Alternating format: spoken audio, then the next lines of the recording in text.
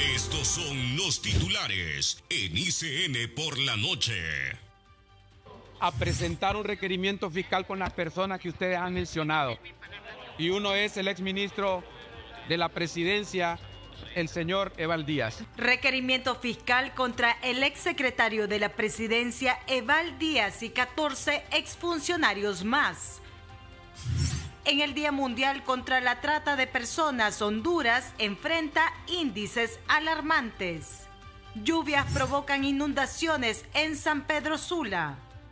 Que es de los fallecidos en estas manifestaciones que básicamente comienzan luego de los resultados electorales. Al menos 11 muertos por disturbios en Venezuela tras elecciones políticas del pasado 28 de julio. En la noticia internacional del día, hijo del Chapo Guzmán se declara no culpable en un tribunal de Chicago.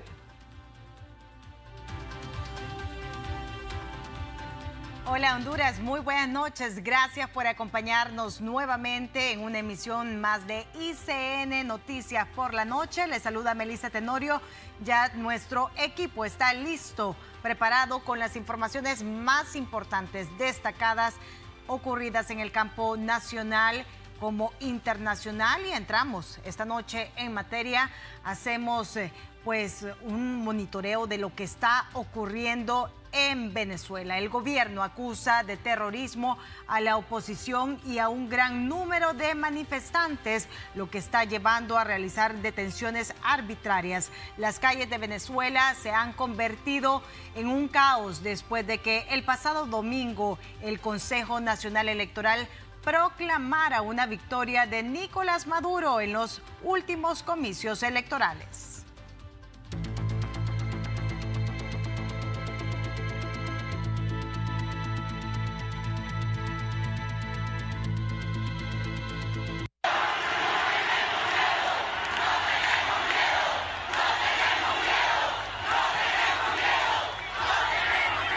La tensión en Venezuela sigue en aumento, con incidentes en las calles entre manifestantes que desconocen a Nicolás Maduro como presidente reelecto y las fuerzas bolivarianas que sostienen el poder del mandatario tras las controvertidas y aún sin datos claros elecciones del pasado domingo. Entre los graves episodios, la oposición denuncia la detención del dirigente Freddy Superlano, un ex candidato presidencial, quien se unió al frente liderado por María Corina Machado. Fuerzas revolucionarias y paramilitares chavistas respondieron con sangre y fuego a los miles y miles de jóvenes que se lanzaron a las calles para protestar por el fraude masivo en las elecciones presidenciales, confirmando al menos 12 muertos y más de 50 heridos. El Departamento de Observación Electoral de la Organización de Estados Americanos, OEA, dijo que los resultados electorales anunciados por el Consejo Electoral de Venezuela no pueden ser reconocidos debido a la falta de transparencia y evidencia. El ministro de Defensa de Venezuela, Vladimir Padrino López, ratificó la lealtad y apoyo incondicional de las Fuerzas Armadas al presidente Nicolás Maduro, al tiempo que denunció un supuesto golpe de Estado en marcha tras protestas masivas contra los resultados electorales. Así que estamos en presencia, sencillamente así lo digo, de un golpe de Estado.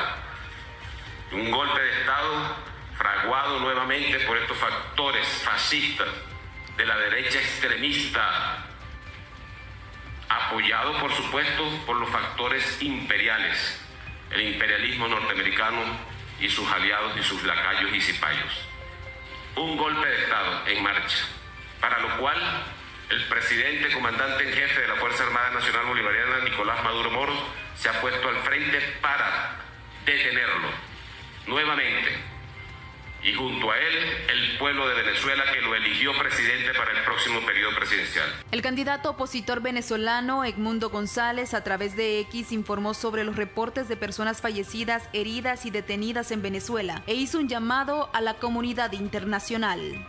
Venezolanas y venezolanos, mi solidaridad está con el pueblo ante su justificada indignación. Lamentablemente, en las últimas horas tenemos reportes de personas fallecidas, decenas de heridos y detenidos. A las fuerzas de seguridad y a nuestra Fuerza Armada los instamos a respetar la voluntad de los venezolanos expresada el 28 de julio y detener la represión de manifestaciones pacíficas. Ustedes saben lo que pasó el domingo. Cumplan con su juramento. La Constitución está por encima de todos. Los venezolanos queremos paz y respeto a la voluntad popular. La OEA convocó a una reunión de emergencia para este miércoles, pedido por Argentina, Estados Unidos y otros 10 países bajo la dirección de Luis Almagro, quien expresó su preocupación por la falta de transparencia y pidió una revisión completa de los resultados electorales. Hasta la fecha, la página web del CNE continúa caída y los únicos datos oficiales son los informados en una conferencia de prensa la noche del domingo, sin posibilidad de revisarlos por estado o mesa de votación. Para ICN Noticias, Alejandra Rivera. Bien, y el mundo sigue expectante ante los disturbios que se mantienen en Venezuela y que el oficialismo de este país ha pedido prisión contra Edmundo González y María Corina Machado. De igual forma, organizaciones de derechos humanos indican que al menos, escucha muy bien, al menos han fallecido 11 personas en estas protestas. Veamos todos los detalles a continuación. Y se le va a aplicar el peso de la ley. Mínimo pasará en la cárcel, mínimo por la medida bajita 15 años por criminales. De 15 a 30 años, me dice aquí el fiscal general. Así de tajante, este día el presidente de Venezuela, Nicolás Maduro, se refirió a la oposición, donde amenazó directamente a los que se manifiestan en este país por no aceptar su triunfo del pasado 28 de julio sobre el aspirante presidencial Edmundo González. Por otro lado, el presidente del Parlamento y jefe de campaña de Nicolás Maduro, Jorge Rodríguez, dijo que la líder de la oposición, María Corina Machado, debe estar presa y pidió lo mismo para el candidato de ese sector, Edmundo González Urrutia. Tienen que ir presos sus jefes, los que les ordenaron, los que les pagaron.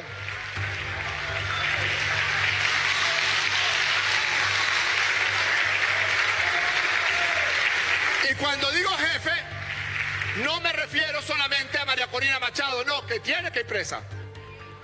Me refiero a Edmundo González Urrutia, porque eres el jefe de la conspiración fascista que están intentando imponer en Venezuela. Ante esto, el gobierno de Costa Rica ofreció este martes asilo político al aspirante presidencial venezolano Edmundo González y a la líder de la oposición María Corina Machado, tras conocer que hay órdenes de captura contra ellos. Hemos sido informados de que existen órdenes de aprehensión, de arresto y de captura en contra de María Corina Machado y Edmundo González en Venezuela. Por este medio, el gobierno de la República, por mi medio, anuncia que estamos dispuestos a otorgar asilo político, refugio en Costa Rica, tanto a María Corina Machado como a Edmundo González y a todo otro perseguido políticamente en Venezuela. Más tarde y mediante X, la congresista estadounidense republicana María Elvira Salazar dijo: si el chavismo le toca un pelo a María Corina Machado o Edmundo González, Estados Unidos se encargará de que su justicia le llegue muy pronto. De igual forma, la opositora expresó ante una multitud de personas que seguirán protestando en las calles porque los resultados no se negociarán con el oficialismo. De que defender la verdad es violencia. Violencia es ultrajar la verdad. Violencia es pretender desconocer la soberanía popular que ya decidió el pasado domingo. No crean que nadie va a aceptar ahora, no crean que vienen a ajustar o a cambiar actas. Las actas originales oficiales ya las conocemos y el mundo entero las ha visto. Y una cosa sí les decimos, que no pretendan buscarnos para negociar resultados.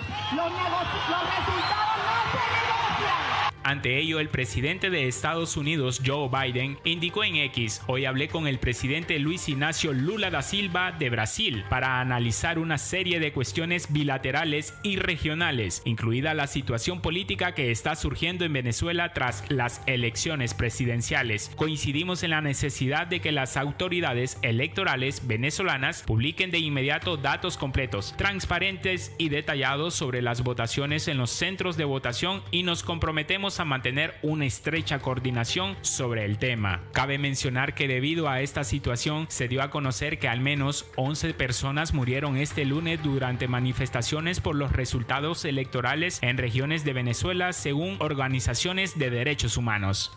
Quiero primero hablar de la cifra más alarmante, que es de los fallecidos en estas manifestaciones que básicamente comienzan luego de los resultados electorales y que de alguna manera tienen relación con esta protesta o este reclamo en relación con los mismos de parte del sector de oposición. En este sentido, hay 11 personas corroboradas por las diferentes organizaciones que estamos aquí presentes, fallecidas en estas protestas o manifestaciones, de las cuales 5 de estas personas fallecieron o fueron asesinadas en la ciudad de Caracas. Tenemos 2 en el estado Zulia, 2 en el estado Yaracuy, 1 en el estado de Aragua y 1 en el estado y 1 en Táchira. En ese sentido, pues nos preocupa enormemente, y eso los compañeros se van a referir, el uso de armas de fuego en estas manifestaciones. Los disturbios en Venezuela continúan y la comunidad internacional sigue expectante ante este problema debido a la poca transparencia de las elecciones presidenciales en Venezuela, a criterio de analistas. Para ICN Noticias, Nelson Nieto. Vea usted cómo están las cosas en Venezuela. Ya suman 48 horas de caos en este país y nuestra compañera Tania Galvez nos tiene un resumen de los hechos más importantes ocurridos. Tania, con usted. Buenas noches.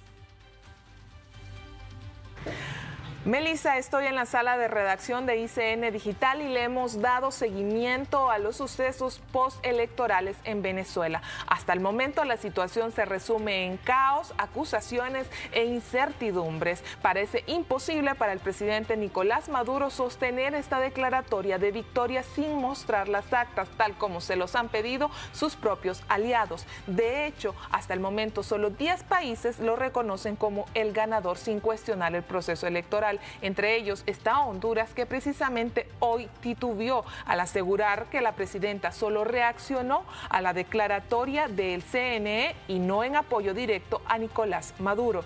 Pero aquí les presento los hechos más importantes. El primero y más destacado es el llamado de la Organización de Estados Americanos a una reunión de emergencia mañana que tendrá como único tema las elecciones en Venezuela. Por su parte, el fiscal general de Venezuela confirmó que son 749 las personas que han sido capturadas durante las manifestaciones, a quienes van a procesar por 2 cargos. Uno, por no respetar a la autoridad, y en el peor de los casos los van a procesar bajo el cargo de terroristas. Tanto el presidente Nicolás Maduro como el presidente de la Asamblea Nacional de Venezuela, José Rodríguez, pidieron al fiscal librar orden de captura contra Edmundo González y contra María Machado. Por su parte, la oposición asegura que puede demostrar que más del 70% del electorado le dio el voto de confianza a Edmundo González, esto después de hacer un conteo de actas y votos. Y sin duda algo que llamó la atención fue la disputa que tuvo en redes sociales el presidente Nicolás Maduro con el empresario dueño de X. Este último aseguró que un burro tiene más inteligencia que Nicolás Maduro. Por último, los politólogos se han comenzado a preguntar por qué el presidente Nicolás Maduro permitió que se llegaran a las elecciones y no hizo lo mismo que su colega Ortega. Ellos se preguntan qué había detrás de querer identificar a la oposición real que hay en Venezuela y a la poca y desorganizada sociedad civil que aún está trabajando en el lugar.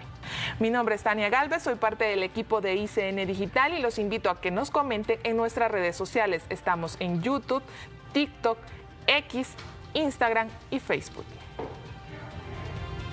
Gracias y buenas noches a nuestra compañera Tania Galvez. Y ante la cercanía del gobierno de Honduras con Nicolás Maduro y luego de estos últimos hechos suscitados en las elecciones de Venezuela, muchos han catalogado como fraudulentos. Sectores han lanzado una advertencia que lo mismo se podría replicar en el próximo proceso electoral aquí en el país. Escuchemos.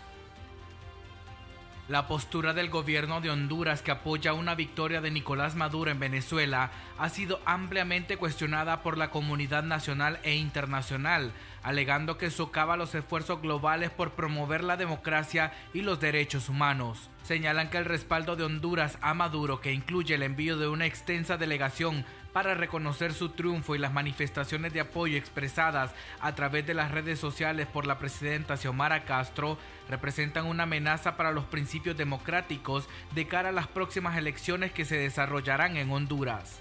En Honduras vemos cómo los colectivos de Libre están siendo organizados y están siendo puestos ahora en las instituciones del Estado como vigilantes, como gente de seguridad con armas en la mano. Y ya vimos lo que hacen los colectivos de izquierda en la calle ayer en Venezuela cuando dispararon a mansalva contra la masa popular.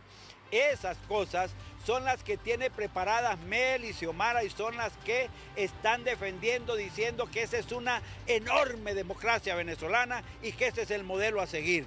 Desde el oficialismo niegan dicho extremo e indican que a lo único que se fue a Venezuela fue a acompañar el proceso y que no se fue a traer nada que no esté dentro de la voluntad del pueblo hondureño. Bueno, nosotros fuimos ahí a acompañar y a verificar que no eran actos de violencia y no registramos ningún acto de violencia durante las elecciones. Tampoco registramos ningún acto de represión durante las elecciones. Presentamos un informe y ya está nuestro trabajo. Al final, las leyes en Honduras las hacen los hondureños y las reformas electorales las hacen los diputados hondureños. Ni vamos a Venezuela, ni vamos a Argentina, ni vamos a República Dominicana, donde hemos ido como observadores, a traer nada que no esté dentro de la voluntad del pueblo de Honduras. Pero creo que todo el pueblo de Honduras sabe, entiende y comprende que nuestro sistema electoral es muy arcaico y que antes de estar señalando a otros países, también deberíamos de ver un poco de todas las cosas que hay que mejorar acá. A 16 meses de las elecciones presidenciales en Honduras, los analistas consideran que el oficialismo ya ha sido alumno de malas prácticas en Venezuela y que desde ahora están abriendo el camino para permanecer en el poder, postura que ha sido rotundamente negada desde el gobierno. Para ICN Noticias, Gabriel Ortiz. Bien, y según el vicepresidente del Congreso Nacional, Hugo Noé Pino, la situación presentada en Venezuela tras el proceso democrático expone el alto interés transnacional de grupos malintencionados en los recursos de dicho país. El parlamentario también aseguró que hay mucha hipocresía en el asunto antes mencionado. A mí no me queda la menor duda realmente que la cantidad de dinero que se ha movido de parte de la oposición en contra del gobierno de Venezuela es sumamente fuerte. Eso está. Y también pude apreciar como observador que el domingo, bueno, desde antes, resultados de encuestas que hablaban de 20, algunas de 40% de ventaja, que no se aproximaba nada a la realidad. Quiere decir que había una campaña de desinformación en todas las direcciones, y eso es algo que le está haciendo mucho daño a la democracia latinoamericana y que debemos evitar en Honduras. A mí me hablaban del paralelismo con Honduras. En el caso de Honduras tenemos un Consejo Nacional Electoral compuesto por los 3 partidos políticos. Tenemos la experiencia que no se va a volver a repetir del 2017, en donde con votos rurales se hizo uno de los mayores fraudes en el país. Y a mí lo que me extraña de la comunidad internacional es que ante esa evidencia, una vez que el Tribunal Supremo Electoral, como se llamaba en ese momento, declaró ganador, toda la comunidad internacional se apegó. pues, ¿por qué en este caso de Venezuela es diferente? Ah, claro, porque los intereses de diferente naturaleza son diferentes. Aquí hubo muertos también. Yo no he escuchado ninguna queja de muchos medios de comunicación. No le escuché, mejor dicho, en ese momento. Es lamentable. Toda pérdida humana es bastante sensible y esperamos que esto no pase a más y que realmente el pueblo venezolano pueda encontrar en paz e independientemente de presiones externas su ruta y su destino.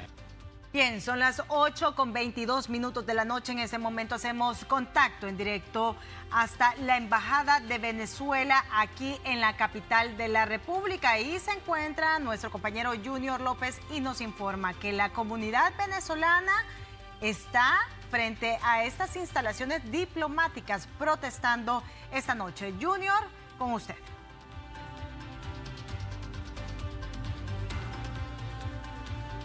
En efecto, buenas noches, Melissa, buenas noches a los televidentes de ICN Noticias por la noche. Mira, en efecto, tal y como lo señala a mis espaldas, un grupo considerable de personas, ciudadanos venezolanos, se han hecho presentes hasta la Embajada de la República Bolivariana de Venezuela. ¿Y sabe por qué? Porque están rechazando algo que seguramente es la voluntad de millones de personas en este país de Sudamérica. Estamos hablando del proceso democrático desarrollado este fin de semana, donde se obtuvo como resultado, según autoridades, la victoria de don Nicolás Maduro consecutivamente. Pero vamos a escuchar la premisa de ellos. Vamos a ver en este momento, caballero, buenas noches. ¿Quién les trae hasta este lugar principalmente para conocer cuál es la posición que adoptan ustedes? Hola, buenas noches. Mira, principalmente es un grito de libertad, pues, o sea, al final del cuento no estamos en Venezuela, no podemos ejercer, por ejemplo, en mi caso no pude ejercer mi derecho al voto. Sé que definitivamente esto es un fraude, digan lo que digan. La gente en la calle lo demuestra y bueno, esto es una lucha, pues una lucha que llevamos durante 25 años y que no va a parar hasta que cambie. Tengo entendido que de 40 personas habilitadas para votar, solo 15 votaron. Fíjate que no estoy seguro, yo no tengo... Sí. Ahora, ¿qué sentimiento transmite para un ciudadano venezolano que radica en otro país por X o Y motivo pensar que no tuvo el derecho que quizás otros compatriotas sí tuvieron? Mira, definitivamente es impotencia, o sea, el hecho de que yo antes votaba acá en Honduras y tenía mi registro ya hecho y quedarme con la sorpresa de que cuando me reviso en el CNE estoy votando en Caracas, definitivamente me genera impotencia, pues, y de cierta forma era algo que ya se medio presentía, ¿no? Pero bueno, ni modo, aquí seguimos en la lucha y vamos a seguir hasta que salga, pues. Regálame su nombre, amigo. Daniel García, para servir. Daniel García. Compañeros, voy a acercarme hasta el otro extremo, donde radican estas personas, por dicho, donde se han apostado estas personas. Amiga, buenas noches. ¿Me puede describir usted los sentimientos que la motivan a venir hasta este lugar? Bueno, mi nombre es Bárbara. El sentimiento más grande es la lucha, la fe, la esperanza, la transparencia, la verdad. Creo que todas las personas que estamos aquí somos personas de valores bastante grandes, valores que adquirimos en nuestro país, valores que queremos que siempre se respeten. Entonces creo que el querer que se haga justicia, el solicitar la transparencia y el saber que estamos tan cerca de la libertad es lo que nos tiene a cada uno de nosotros el día de hoy. El Consejo Nacional Electoral venezolano establece un 52 a 44%. Según ustedes, ¿la voluntad de cuántos venezolanos están expresando el día de hoy, al menos aquí en suelo hondureño? Bueno, según ustedes no, según lo que fue realmente y lo que está en acta, porque si ustedes buscan ya en redes sociales están expuestas las actas en una página web y pueden verse que el real porcentaje es 70% a 30% de votos. ¿A favor de quién? A favor de Edmundo González Urrutia, el nuevo presidente de la República Bolivariana de Venezuela. Ahora, pensar de que se manifiesta una posible persecución en contra de este candidato presidencial y la persona que le acompañaba, la señora María Corina Machado, ¿qué despierta sobre los venezolanos? Mira, al saber de una persecución no podría decirte cómo se van a relatar los hechos porque solamente Dios sabe cómo va a ser la transición de esto, que va a ser bastante fuerte. Pero sí lo único que te puedo decir es que en el 1958, en el gobierno de Marcos Pérez Jiménez, 17 días después de haber cantado el fraude, fue derrocado. Entonces esta lucha apenas comienza. Nosotros sabíamos que a pesar de que nos generó demasiada incertidumbre y demasiada molestia al momento de que dieron los resultados fraudulentos del CNE, nosotros sabíamos que esto iba a pasar y nosotros sabemos que por la vía democrática no iba a salir la dictadura. Entonces nosotros vamos a luchar hasta el final para que esto se termine y para que pueda ser reconocida y prevalezca la verdad. Brevemente le consulto, ¿usted sí pudo votar? No pude votar. Compañeros, hemos escuchado al menos dos opiniones, dos personas diferentes que en su momento pudieron ejercer el sufragio en este proceso democrático de la República Bolivariana de Venezuela. Sin embargo, ese no fue el escenario. Seguramente ellos no estaban habilitados para poder ejercer tal derecho que les asiste para poder elegir a las autoridades de su país. A esta hora de la noche es lo que sucede sobre Ciudad Capital. Melissa, yo regreso con usted. Buenas noches. Muy buenas noches. Gracias a nuestro compañero Junior López. Y vea usted, con esta situación política en Venezuela podría incrementarse en un 50% el flujo de migrantes venezolanos. Escuchemos. Sí, en el último año hemos visto un incremento de la cantidad de personas migrantes de nacionalidad venezolana que están transitando por el territorio hondureño con un 48%.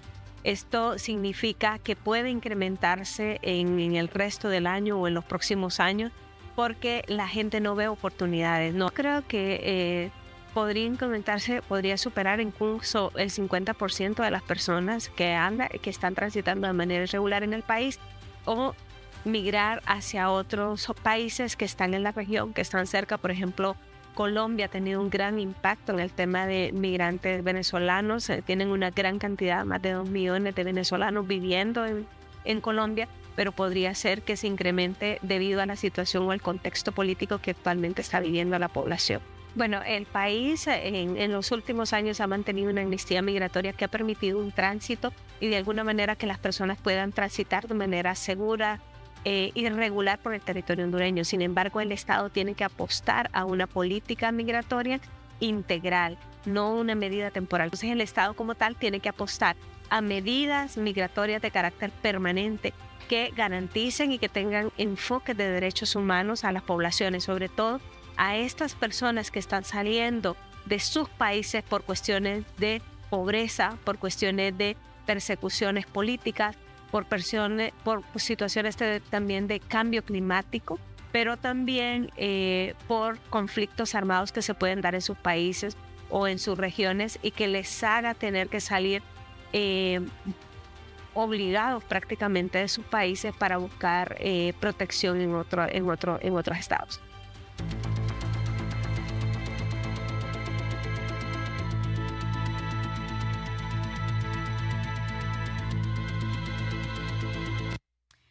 Así están las cosas en Venezuela. Por supuesto, nosotros aquí en ICN los mantendremos bien informados de lo que está ocurriendo. Vea usted esto. La página del Consejo Nacional Electoral de Venezuela en estos momentos, vea usted, sigue caída. Desde el día de ayer no podemos ver los resultados, no podemos ver cuántas urnas se han escrutado, no podemos ver las actas, pero a través también de el Twitter o de la red social de X, María Corina Machado, ella también dejó un link en su red social para ver los resultados de estas elecciones. Pero vea usted, la página oficial del Consejo Nacional Electoral de Venezuela no está funcionando. Está caída desde el día de ayer. 8:30 de la noche, es momento de realizar una brevísima pausa comercial. Usted continúe informándose con nosotros al volver. Noticias nacionales.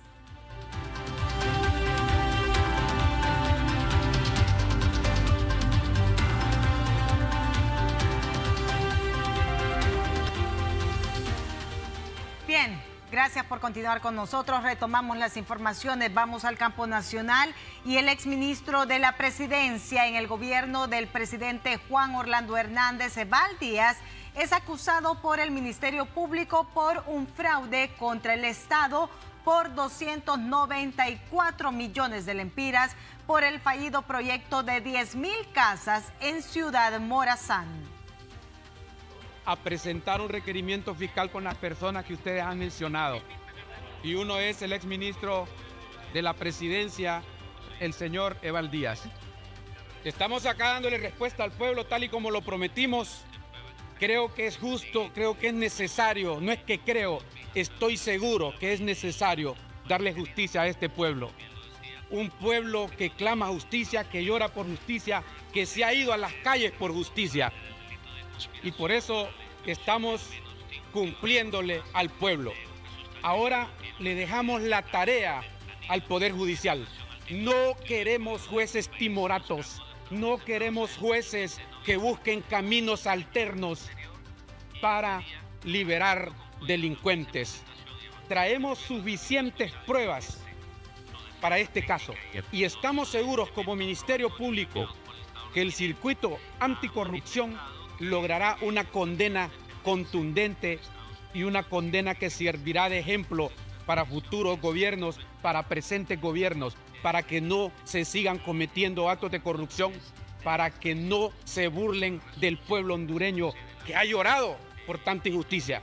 No es posible que sigamos nosotros escuchando un pueblo que clama por justicia y que el fiscal general, que el Ministerio Público no haga nada. Y el politólogo Germán Espinal destaca la importancia de que la población hondureña aprenda a vivir en democracia para evitar incidentes como los ocurridos en los recientes comicios electorales en Venezuela. Tenemos un déficit que hay que reclamarlo, exigirlo, promoverlo como ciudadano, como político, como profesional, que es un poder electoral fortalecido. Es evidente que no se ha promulgado la ley del Tribunal de Justicia Electoral, que ha jugado un papel tan importante.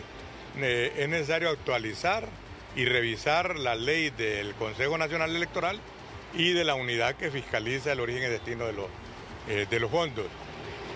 Esas herramientas contribuirían a tener una democracia más consolidada, pero luego también el Estado enfrentando las amenazas a la democracia como es el narcotráfico, el crimen organizado y la corrupción, ¿verdad? Yo diría que la corrupción, que es el mayor obstáculo al desarrollo en las sociedades de América Latina, tiene que enfrentarse con seriedad y con proactividad mayor. Si nosotros logramos que se consoliden más los operadores de justicia, que haya una corte más consolidada, un ministerio público actuando, persiguiendo el delito electoral. Nosotros no tenemos ninguna tradición de persecución del delito electoral y eso va a ser ejemplar. En las elecciones pasadas hubieron 7 personas condenadas, pero eso no es suficiente. Creo que hasta se nos olvidó que hubo esa condena a esos 7 delegados de mesa. Pero podemos entonces fortalecer, hay un programa de ayuda de Naciones Unidas, de la Unión Europea, los gobiernos de Estados Unidos a través de las agencias ponen su óvulo y el Estado debe de obligarse más a fortalecer. Y el Congreso Nacional anunció que la ley de colaboración eficaz estaría entrando en su tercer y último debate esta semana, misma que es requisito para la instalación de la CICI en el país. La ley de colaboración eficaz está a la espera de su tercer y último debate para su aprobación. Sectores consideran que esta ley deberá ser acompañada por otras reformas para ser efectiva. El problema de la ley de colaboración eficaz que se quedaría corta si se aprueba únicamente la ley, porque prácticamente para que pueda tener efectos positivos dentro del combate a la corrupción debe haber aquí en el Estado hondureño una reforma sumamente integral, sobre todo en el tema de administración de justicia.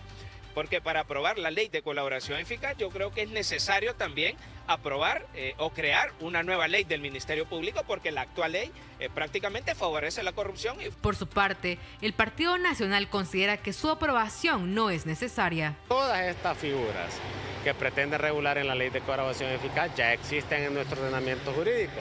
Cualquier ciudadano puede ver el Código Procesal Penal, el artículo 28, artículo 36, donde nos dice de aquellos beneficios que puede obtener una persona que quiera colaborar con la justicia. También del 400 en adelante tenemos el derecho premial para aquellas personas que ya están condenadas, así que nosotros no creemos que esta ley sea necesaria. La ONU continúa a la espera de esta y otras reformas para la instalación de la CICI en el país. A la espera naturalmente de la risposta del Secretariato delle Nazioni Unite sulla ultima comunicazione del Gobierno di Honduras y allá teniéndose a nuestro mensaje clave que son que el compromiso sigue, el compromiso de las Naciones Unidas es muy fuerte, se ha reafirmado también en la nota corresponsales hace un par de semanas. Hay un grupo de trabajo que está trabajando en el borrador del convenio y que, como acordado en el mismo memorando de entendimiento, la parte tiene que acordar naturalmente la existencia de las condiciones. El Congreso Nacional anunció que esta semana discutirá en su tercer y último debate la Ley de Colaboración Eficaz, aunque aún no cuenta con los votos necesarios para su aprobación.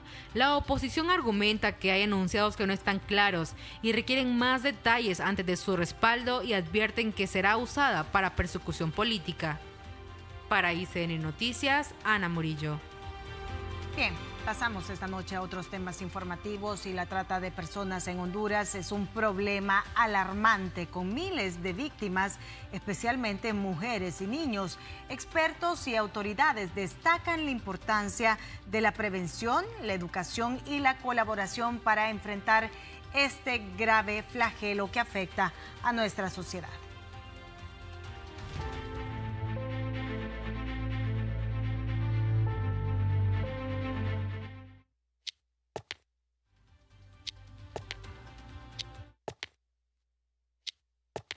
La trata de personas es una grave violación de los derechos humanos que afecta a millones en todo el mundo. Se caracteriza por el reclutamiento, transporte, transferencia, albergue o recepción de personas mediante la amenaza o el uso de la fuerza. En Honduras, este problema ha adquirido dimensiones alarmantes. De estos 6 meses que llevamos del año 2024, son 18 nuevas víctimas sobrevivientes que se han rescatado. Según Martínez, varias víctimas hondureñas son trasladadas a diferentes partes del mundo.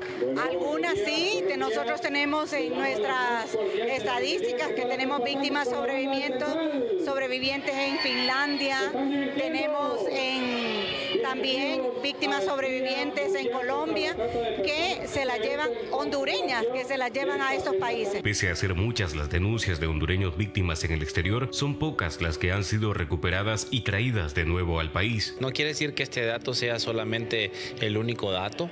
Probablemente hayan connacionales que retornan al país, han sido víctimas de trata, pero no son detectados. Estas redes criminales son sofisticadas y operan con una eficacia que supera a las autoridades, dificultando su erradicación, según esta defensora de derechos humanos. Que es muy difícil que este flagelo se pare porque las redes criminales, el crimen transnacional funciona mejor que la misma autoridad y va a pasos agigantados. El gobierno de Honduras ha buscado combatir este delito fortaleciendo al CISEST y enviando varios expedientes al Ministerio Público. En primera instancia se ha fortalecido lo que es la CISEST, se ha duplicado el presupuesto asignado a la CISEST y también se han estado documentando y trasladando los casos al Ministerio Público para que éste pueda operar de oficio en los casos de las redes de trata en nuestro país. Hasta la fecha, las autoridades han logrado llevar a los tribunales a varios hondureños involucrados en este delito.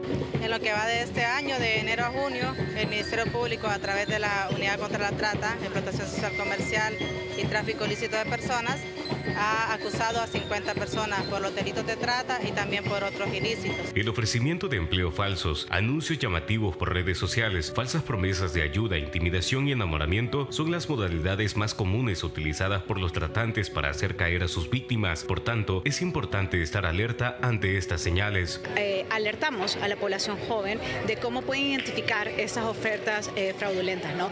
Que estén atentos, que siempre vean y verifiquen las fuentes confiables. La falta de empleo en el país y la falta de oportunidades económicas empujan a muchas víctimas a caer en manos de tratantes. Honduras tiene un problema fuerte en temas de desempleo y la gente tiene necesidad y a veces por esa necesidad las mujeres y las jóvenes porque la trata de personas no solo está afectando a las mujeres, está afectando a los niños y niñas, pero a los adolescentes, pero también está afectando a adultos mayores. En la actualidad, San Pedro Sula es la ciudad número 1 del país donde se registran más denuncias por trata de personas. Para ICN Noticias, Franklin Rápalo. Y la Asociación para una Sociedad Más Justa ha generado datos significativos sobre el abuso sexual infantil que revelan altos índices de impunidad en estos casos, asegurando que solo de 2016 a 2023 se han registrado 2.083 sentencias condenatorias por abuso sexual infantil. Hoy, 30 de julio, se celebra el Día Mundial contra la Trata de Personas, un delito que es cometido a nivel mundial por grupos criminales y que es reconocido este flagelo como una forma de esclavitud moderna donde millones de personas son víctimas de este flagelo. Niños y niñas a diario en Honduras son parte o son víctimas de estos grupos criminales que acechan a esta juventud, acechan a estos niños y niñas que son altamente vulnerables por la desatención del gobierno, por la falta de programas, por la falta de estabilidad que existe en el país, y eso permite este problema coyuntural que afecta a millones. El día de hoy la SJ invita al gobierno, a sociedad civil, a la ciudadanía en general, a que trabajemos de manera colaborativa para reducir estos altos índices de casos de trata de personas a nivel nacional. Existe un número importante de casos que no quedan o no llegan a judicializarse, producto de la falta de recurso humano y logístico para generar investigaciones sólidas y combatir o hacerle frente a estos grupos criminales que se benefician de este grupo vulnerable que es los niños, niñas y adolescentes de nuestro país.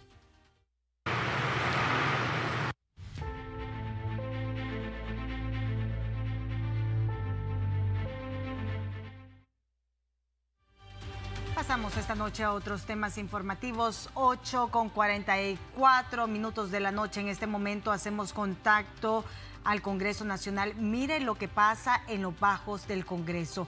Una persona con discapacidad está protestando en los bajos del Congreso Nacional, ya que hace más de 7 años fue despedido del Hospital de San Lorenzo y todavía no se le ha cancelado sus prestaciones. Imagínense ustedes, nuestro compañero Junior López se encuentra con él y nos informa. Junior, con usted.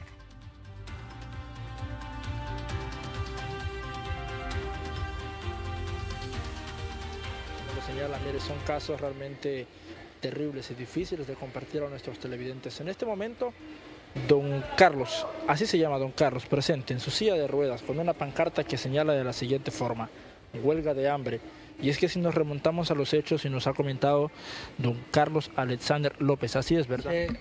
Hace 7 años específicamente él laboraba en el Hospital de San Lorenzo. Sin embargo, un derrame cerebral imposibilitó que él continuara desarrollando sus funciones en dicho ente hospitalario. A raíz de eso nos ha manifestado, nunca se le notificó un despido, sino que simple y sencillamente dejó de correr su sueldo, lo desecharon y no hay respuesta. Exactamente, sí, y que ahora pido a la ministra de Salud,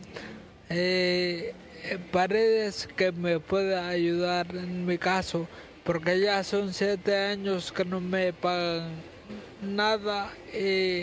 Se me debe la pensión y la cesantía. Muy bien. Se le debe la pensión y la cesantía, nos comparte en este momento.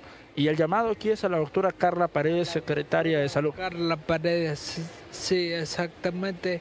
Le pido enfáticamente que tome cartas en el asunto, en este caso, porque ya es mucho tiempo y ya estoy en una situación económica que es muy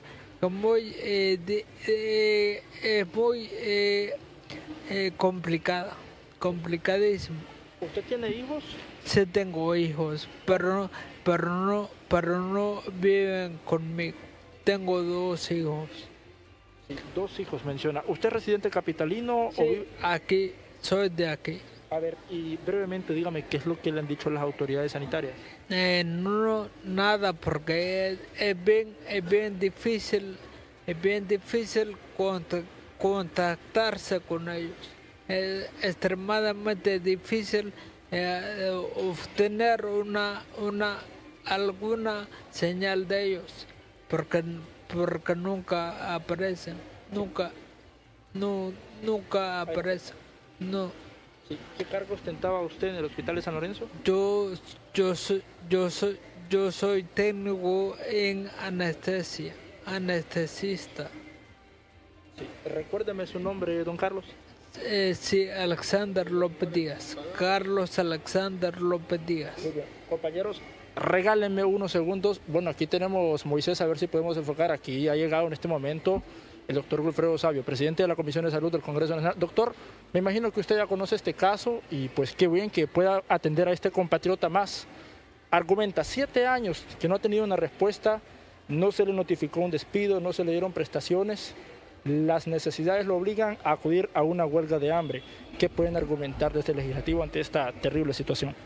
Bueno, recientemente me informaron de este caso y he venido acá a los bajos del Congreso precisamente a recoger un poco de insumos, conocer mayor detalle, porque sí realmente un sacrificio que considero particularmente que es innecesario, porque realmente está atentando contra su integridad física, contra su vida.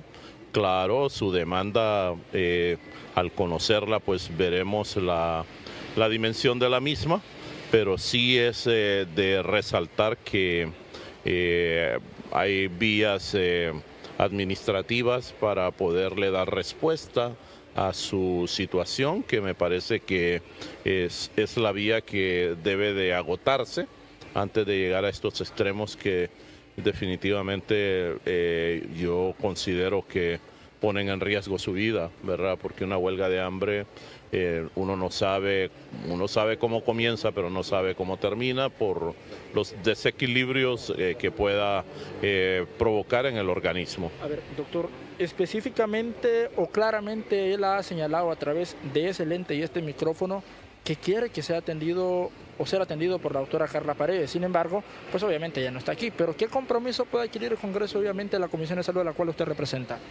Bueno, venimos precisamente, como le decía, a conocer el caso, recoger insumos para ver si le asiste el derecho, pues lógicamente se debe de respetar, ¿verdad? Porque vivimos en un país de leyes. Cuando usted me dice que le asiste el derecho, me hace entender si tenía él un acuerdo ya establecido. Sí, habría que conocer las interioridades, si realmente había una estabilidad laboral, en qué fue lo que pasó, desconozco realmente en qué momento deciden prescindir de su servicio, lo veo en una silla de ruedas, desconozco su diagnóstico.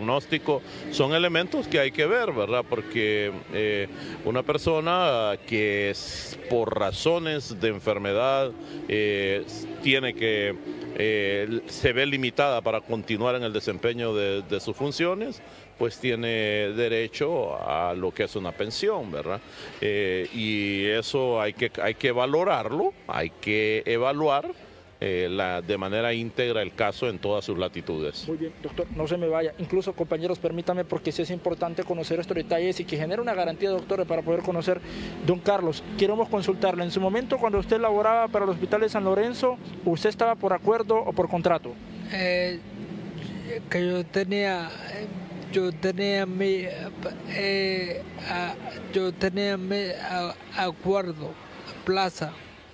Estaba con plaza, acuerdo.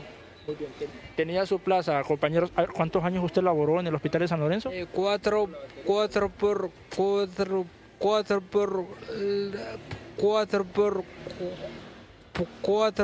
contrato y 1 y medio con plaza. Estuvo 4 años por contrato. Ajá. Es decir, hasta después, porque la ley faculta incluso 2 hasta 6 meses. Ajá, sí, pero ahí así hacían en ese entonces. Muy bien. Don Carlos, regáleme su contacto si se puede, don Carlos. Sí. Es el 31 44 22 64. 31 44 22 64. 31 44 22 64, número de don Carlos López, compañeros. Y bueno, aquí queremos también señalar un gesto que nos parece positivo del doctor Wilfredo Sabio, pues independientemente conoció el caso desde la Cámara Legislativa, bajó en estos momentos, incluso lo miramos, y es por eso que hemos querido escuchar la versión de él también. Doctor, esperamos que usted nos pueda atender para poder conocer el desenlace de esta historia también. Lógico, si existen condiciones para que a él se le puedan retribuir, porque eso es lo que corresponde, derechos laborales, y respetarle sus derechos laborales, estaremos mediando para que ello pueda hacerse efectivo. Y que judicialmente esa cuenta ya está fuerte ya, doctor. Si no se notificó formalmente un despido, ya estamos hablando de que si él tenía también una permanencia, hay un problema serio legal. Sí, por eso le digo, el tema tiene que revisarse, el tema tiene que evaluarse y por los profesionales competentes en el campo, en este caso los profesionales del derecho también, para que puedan evaluar qué es lo que corresponde en este caso. Muchas gracias. El doctor Wilfredo Sabio es el presidente de la Comisión de Salud. Compañeros, pues no me ajusta mucho tiempo. Está presente el papá de don Carlos López, una situación complicada, me imagino. Sí, buenas noches. Sí, algo complicado. Más que todo es triste, pues, porque lo que uno necesita es un poco de ayuda, porque hemos querido hacernos de todo, pues, ¿no? Pero como todo es en base a dinero y la situación económica es bien difícil, entonces no... Y hemos dado varias vueltas, la verdad, aparte de eso. Y como se ha pasado el tiempo, se han perdido ciertas garantías, ciertas cuestiones legales, pero porque en el hospital nos han dicho que todo el problema se tiene que resolver aquí en la Secretaría de Salud. Entonces, no, de viajar aquí a San Lorenzo es bien difícil por eso. Muy bien, incluso le voy a pedir que me regale su contacto al salir de cámaras para poder darle seguimiento a este caso. ¿Su nombre? Juan Carlos López Barahona. Carlos López Barahona. Compañeros, esta es la situación que acontece a esta hora de la noche desde la planta baja del Congreso Nacional. El caso de don Carlos López, un hondureño más que en su momento prestó servicios a la Secretaría de Salud y que producto de algunas condiciones de salud, pues en su momento tuvo que dejar su trabajo. Al regresar no contaba con su sueldo y a su vez tampoco nunca se le notificó un despido. Será quizás un tribunal competente en materia laboral quien resuelva esta situación y obviamente nosotros a través del lente y micrófonos de ICN vamos a dar seguimiento para poder conocer el desenlace de esta terrible historia. Los hechos más importantes suscitados en la Cámara Legislativa, a regresar de la pausa usted los conocerá a través de ICN Noticias.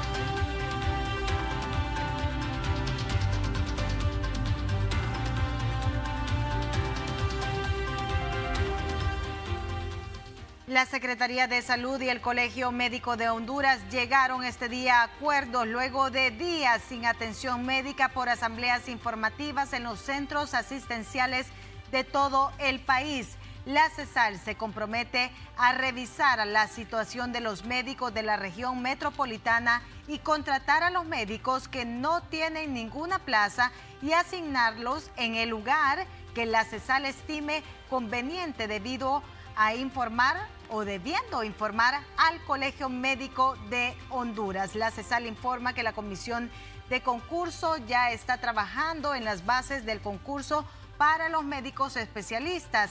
También se comprometen a iniciar el proceso de contratación permanente de 10 médicos a más tardar el primer trimestre del año 2025 que laboran actualmente en el sistema a través de los procesos establecidos en la Constitución y demás normativas laborables aplicables.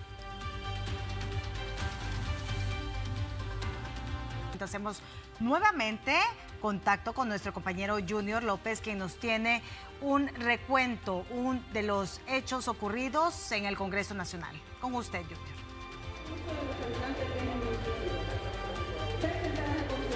Muchas gracias, Melissa. En efecto, buenas noches.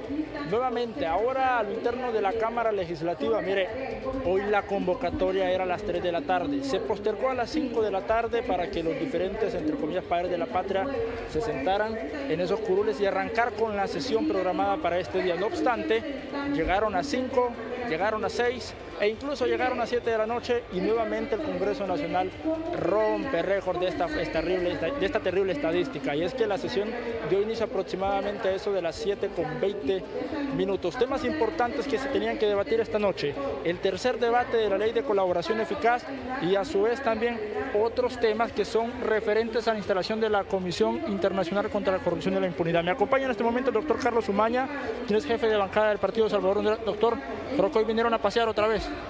Sí, mire, hoy hemos tenido una agenda muy suave.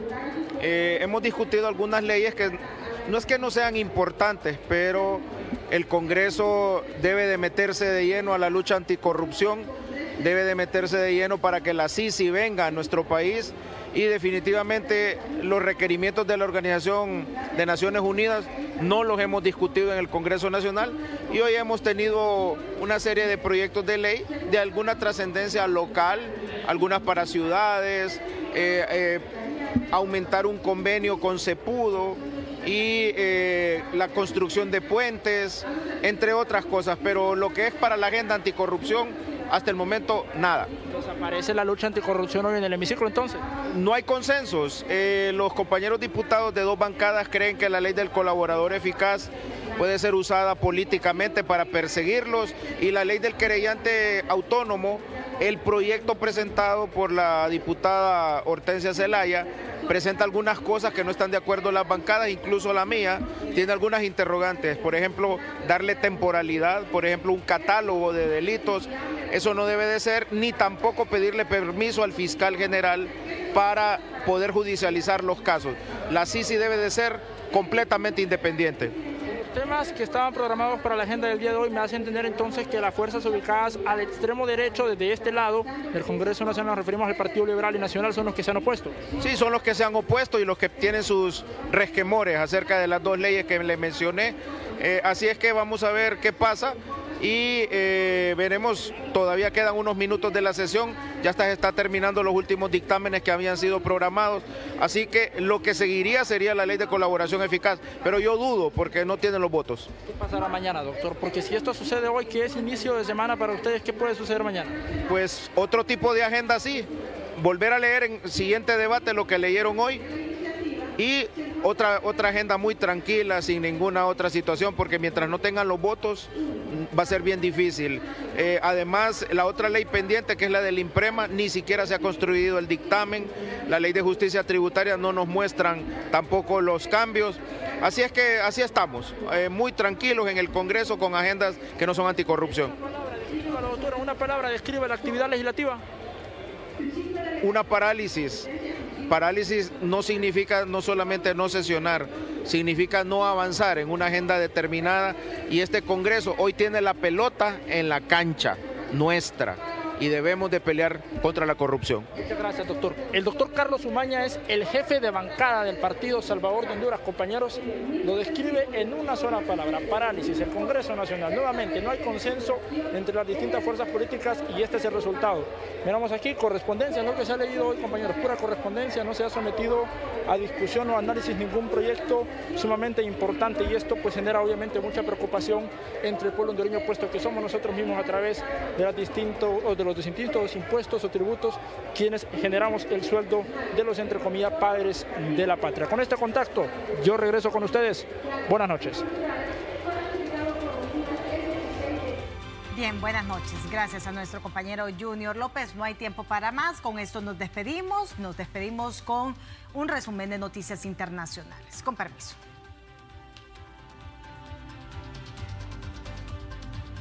El reformador iraní Masoud Pezeshkian juró el martes ante el Parlamento como el 9º presidente de la República Islámica en una ceremonia transmitida en directo por la televisión estatal. Como presidente, frente al Corán y al pueblo iraní, juro a Dios Todopoderoso ser el guardián de la religión oficial, del sistema de la República Islámica y de la Constitución del país, declaró el nuevo mandatario. Masoud Pezeshkian sucede a Ibrahim Raisi, muerto en un accidente de helicóptero el pasado mes de mayo. El mexicano Joaquín Guzmán López, hijo del capo Joaquín El Chapo Guzmán, ex líder del cártel de Sinaloa, se declaró este martes no culpable de cargos relacionados con el narcotráfico en su primera audiencia en una corte federal de Chicago, tras ser arrestado el pasado jueves a su llegada a este país junto a Ismael El Mayo Zambada. Guzmán López, de 38 años de edad, conocido como El Chapito Mote, que comparte con sus hermanos, fue acusado de narcotráfico, blanqueo de dinero y violaciones a la ley de armas en una audiencia en la que fue presentado con sus manos esposadas, algo usual en este tipo de casos, y con el uniforme naranja de la prisión.